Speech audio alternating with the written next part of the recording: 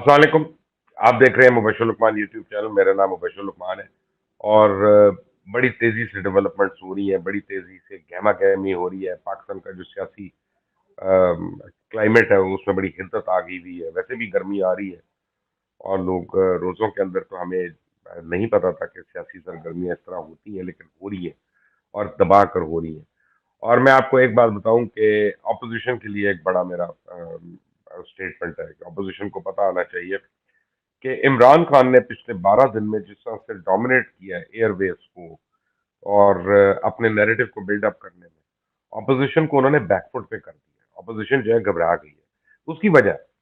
उसकी वजह ये है कि ये अपोजिशन जो थी ये वन पॉइंट एजेंडा पे खटी थी कि हमने इमरान खान को हटाना है। इन्होंने ये प्लान ही नहीं किया था कि अगर इमरान खान जो है ना he goes ballistic and he goes यानी टोटली लाउड, तो हमने उसका क्या मुकाबला करना है। मियाँ शहबाज शरीफ तो बिल्कुल दबे में है। वो कहीं सोच रहे हैं कि मैं कोई ऐसी बात ना करूं कि जो मुझे वजारत उस्मा के मनसब से दूर कर देगी।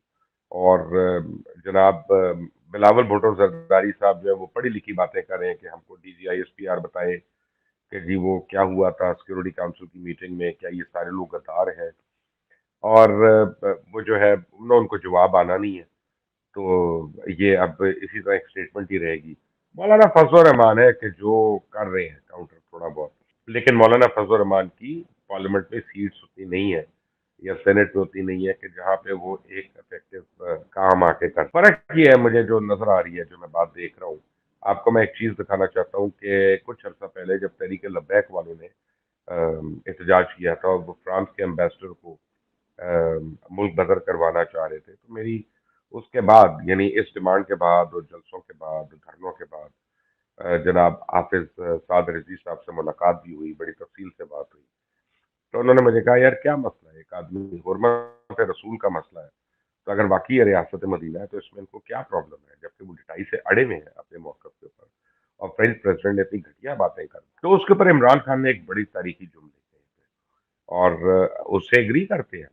ऐसी कोई बात नहीं है, मैं उस वक्त एग्री करता था इमरान साहब से, मैं आज भी एग्री करता हूँ। वो क्या जुमले थे वो जरा सुन।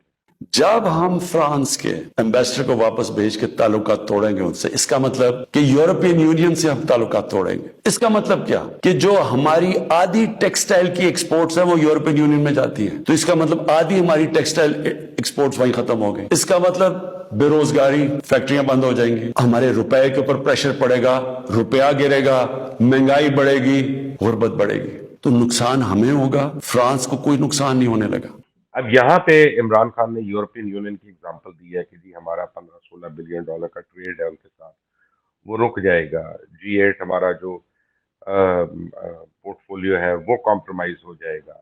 तो अब जब आप अमेरिका के ऊपर इल्जाम लगाते हैं और वो भी झूठे इल्जाम लगाते हैं, गलत इल्जाम लगाते हैं, क्योंकि अब तो ये तय पा चुका है कि ये जो मुरासला है जिसकी बात हो रही है ये लिखवाया गया है और ये एग्जिस्ट नहीं करता।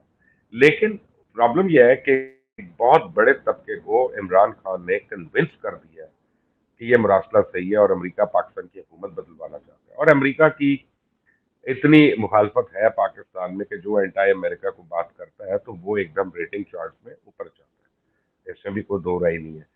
इमरान खान एक झूठ की वजह से और अपनी ही यू टर्न लेके यहाँ पे लोगों को मिसलीड तो कर रहे हैं, लेकिन ऑपोजिशन में अभी तक इतना एका नहीं है कि वो साबित करें कि जी वो मिसलीड हो रहे हैं। सुप्रीम कोर्ट ने आज आप समझें कि तकरीबन इसको आर्ग्यूमेंट को खत्म कर देना था और कल इसका फैसला भी आ जाना था, लेकिन फारूक नाइक साहब ने अपनी आर्ग्यूमेंट लंबी कर दी और कल किसी वक्त वो सुबह को खत्म करेंगे, तो फिर उसके बाद ऑपोजिशन जो वो गवर्नमेंट जो है वो अपनी आर्ग्यूमेंट देगी। तो मेरा ख्याल है कि ये परसों से पहले मामला हल नहीं होगा।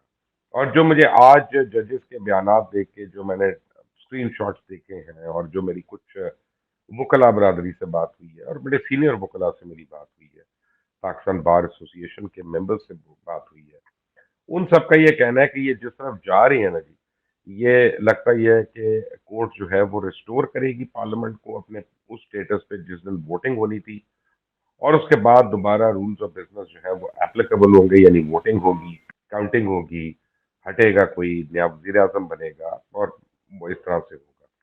लेकिन दिल्ली दूर है। अब जब ये होता है तो देखेंगे, जब तक नहीं होता तब तक ये क्यास-रही है। क्योंकि माज़ी में भी हमें पता है कि कोर्ट्स ने ये कह के कि रूलिंग जो है सो पार्लियामेंट की, उस पे हमारा कुछ ज़्यादा हक नहीं है।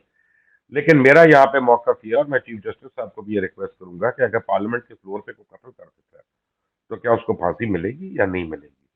पार्लियामेंट के फ्लोर पे अगर कोई इंसाइट करता है कि लोगों के घरों पे दहशतगर्दी की जाए और उनके फैमिलीज़ को हरासा किया जाए, क्या वो पार्लियामेंट की यानी फ्लोर पे ही रहती है कि वो फिर मेरे घर तक आ जाती है, किसी घर तक आ जाती है? अलीम खान आज बड़ा बोले हैं, लेकिन अलीम खान अभी थोड़ा बोले। और मैं आपको बताऊँ, अभी बहुत लोग बोलने वाले हैं यहाँ पे, कुछ ख़वातीन का भी ज़िक्र होएगा थोड़े दिनों में। ये वो ख़वातीन हैं जो कंटेनर में इमरान खान को आके मिलती रही हैं, जिनमें से 1-2 की वीडियोज़ भी हैं और भरपूर किस्म की वीडियोज़ हैं जो मौजूद हैं। और मुझे नहीं पता वो जिनके पास हैं वो क्या करते हैं, उनका क्या नहीं करते, लेकिन मुझे बताया गया कि ऐसा है। और क्योंकि इमरान खान अब जब सबको पत्थर मार रहे हैं और खुद शीशे के घर में बैठे हैं, तो ये तो नहीं होगा कि उनके अपने घर में पथराव नहीं होगा। दूसरी बात ये है कि एस्टेब्लिशमेंट की चाल इसको लोग कह रहे हैं। मेरी जब यहाँ पे कुछ 1-2 गोरों से बात हुई है, कुछ फॉरेनर से बात हुई है, तो वो कहते हैं कि यार ये तो एस्टेब्लिशमेंट का खेल लगता है कि एस्टेब्लिशमेंट ने इमरान को सपोर्ट किया था और एस्टेब्लिशमेंट तंग आ गई थी ऑपोजिशन को रोक तो सकते, लेकिन उन्होंने एक ऐसी चाल चली कि इमरान को इतनी पॉपुलैरिटी हो जाए कि वो 3 महीने के अंदर इलेक्शन कर ले, तो अगर 2/3 मेजॉरिटी ना भी सही तो कम से कम एक वाज़ेह मेजॉरिटी लेके इमरान खान वापस आ जाए। और जो लोग इस आर्ग्यूमेंट को सपोर्ट कर रहे हैं, वो केपीके में बलदियाती इंतखाबात की मिसाल दे रहे हैं कि देखिए जी, बलदियाती इंतखाब में कैसे रिकवर किया पीटीआई ने। और बाय द वे, ये वो हल्के थे जहाँ पीटीआई ने हर हाल में लूज़ करना था। जहाँ पे पहले पीटीआई ने लूज़ किया, वो एक्चुअली ऐसे हल्के थे जहाँ पीटीआई ने नहीं लूज़ करना था। जैसे पेशावर है, कि पेशावर में आपका चीफ सेक्रेटरी, आपका वज़ीर आला, आपका आईजी, आपका कमिश्नर, आपका डीसी आपका, लेकिन आप पेशावर मेयर की सीट हार गए। अब ये जो सीटें थी, ये तो पीटीआई ने 100% हारनी थी, खासतौर जो इलाका गैर वगैरह में थी, और वो जीत गए जाके। इसका मतलब है कि जो एंटी अमेरिका नैरेटिव है, ये इमरान का बिक रहा है, और ये मैसेज में और पॉपुलेशन में ज़रूर बिक रहा है। लेकिन पाकिस्तान कितना मुतहम्मिल हो सकता है इस लड़ाई का, ये तो आने वाला वक्त बताएगा।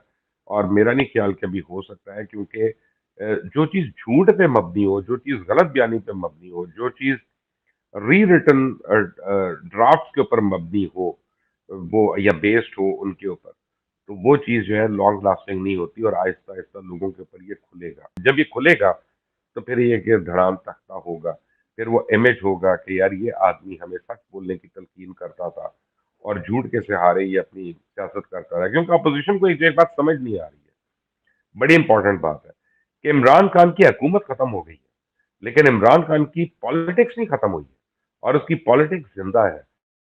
और इस वक्त लग ये रहा है कि अकेला इमरान खान है और पूरी ऑपोजिशन है, और पाकिस्तान जो सोसाइटी है वो अंडरडॉग्स को सपोर्ट करती है। तो आज की तारीख में शाम के इस टाइम पे जहाँ पे मैं बैठा हूँ लंदन में, और मैं ये वीलॉग कर रहा हूँ, तो लगता ये है कि इमरान खान पॉलिटिकली बहुत स्ट्रांगली एंट्रेंस्ड है अपनी अपनी पोजीशन में। और उसके बाद जो है वो उनको कोई खतरा नहीं है, खास तौर पे अगर इलेक्शन में जाते हैं। लेकिन आने वाले दिन बताएंगे कि ऑपोजिशन अपने पत्ते कैसे खेल सकती है। पहले हम वेट कर रहे हैं सुप्रीम कोर्ट का, कि सुप्रीम कोर्ट ऑफ पाकिस्तान परसों तक क्या फैसला देती है। बट स्टे ट्यून्ड, आपको मैं बताता रहूंगा कि क्या हो रहा है, क्या नहीं हो रहा। और इस चैनल को सब्सक्राइब करिएगा, बेल आइकॉन को प्रेस करिएगा। अंटिल द नेक्स्ट टाइम, अल्लाह हाफ़िज़।